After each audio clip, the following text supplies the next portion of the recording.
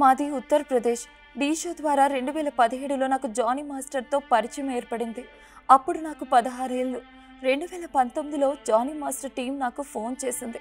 Master దగ్గర assistant కొరియోగ్రాఫర్గా చేయాలని చెప్పారు. దీంతో అప్పటి వరకు ముంబైలో ఉన్న నేను హైదరాబాద్ షిఫ్ట్ అయ్యాను. షూటింగ్ కోసం ముంబైకి వెళ్ళినప్పుడు జానీ మాస్టర్ ఓ హోటల్లో నాపై లైంగిక దాడి పాల్పడ్డాడు. ఎవరికైనా చెప్తే చంపేస్తాను, ఆఫర్లు రాకుండా చేసి కెరీర్ క్లోజ్ చేస్తానని బెదిరించాడు. దీంతో భయపడి నేను మౌనంగా ఉండిపోయా. ఆ తర్వాత జానీ మాస్టర్ నాపై అనేకసార్లు లైంగిక దాడికి పాల్పడ్డాడు.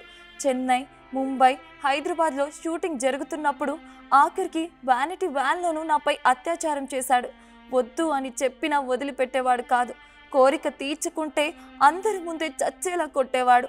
ఓ రోజు వ్యానిటీ వ్యాన్లో నా తలను అద్దానికేసి కొట్టాడు. నా బట్టల్ని చించేసి వ్యాన్ బయటికి తోసేశాడు.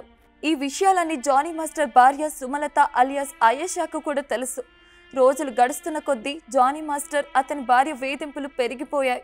జానీ మాస్టర్కు సహకరించాలని ఆమె భార్య నన్ను చాలాసార్లు కొట్టింది. మతం మార్చుకొని పెళ్లి చేసుకోవాలని జానీ మాస్టర్ నన్ను చచ్చేలా కొట్టేవాడు. దీంతో నేను మాస్టర్ని పూర్తిగా దూరం పెట్టాను.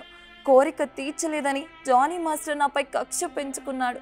నన్ను తన ప్రాజెక్టులోకి తీసుకొని మధ్యలోనే తొలగించేశాడు. వేరే ఆఫర్లు రాకుండా చేశాడు. మాస్టర్తో విభేదించాక అనేకసార్లు బెదిరింపులు వచ్చాయి. గత నెల 17న గుడి నుంచి ఇంటికి వెళుతుండగా ఓ వ్యక్తి చుట్టుముట్టి బెదిరించాడు. అలాగే గత నెల 28న ఇంటికి ఓ అనుమానాస్పద పార్సిల్ పంపారు. నీకు ఇదే ఆఖరి సినిమా, బీ కేర్ఫుల్ అని అందులో రాశారు. జానీ మాస్టర్ నుంచి నాకు ప్రాణహాని ఉంది. నన్ను శారీరకంగా, మానసికంగా వేధించిన జానీ మాస్టర్పై కఠిన చర్యలు తీసుకోవాలి.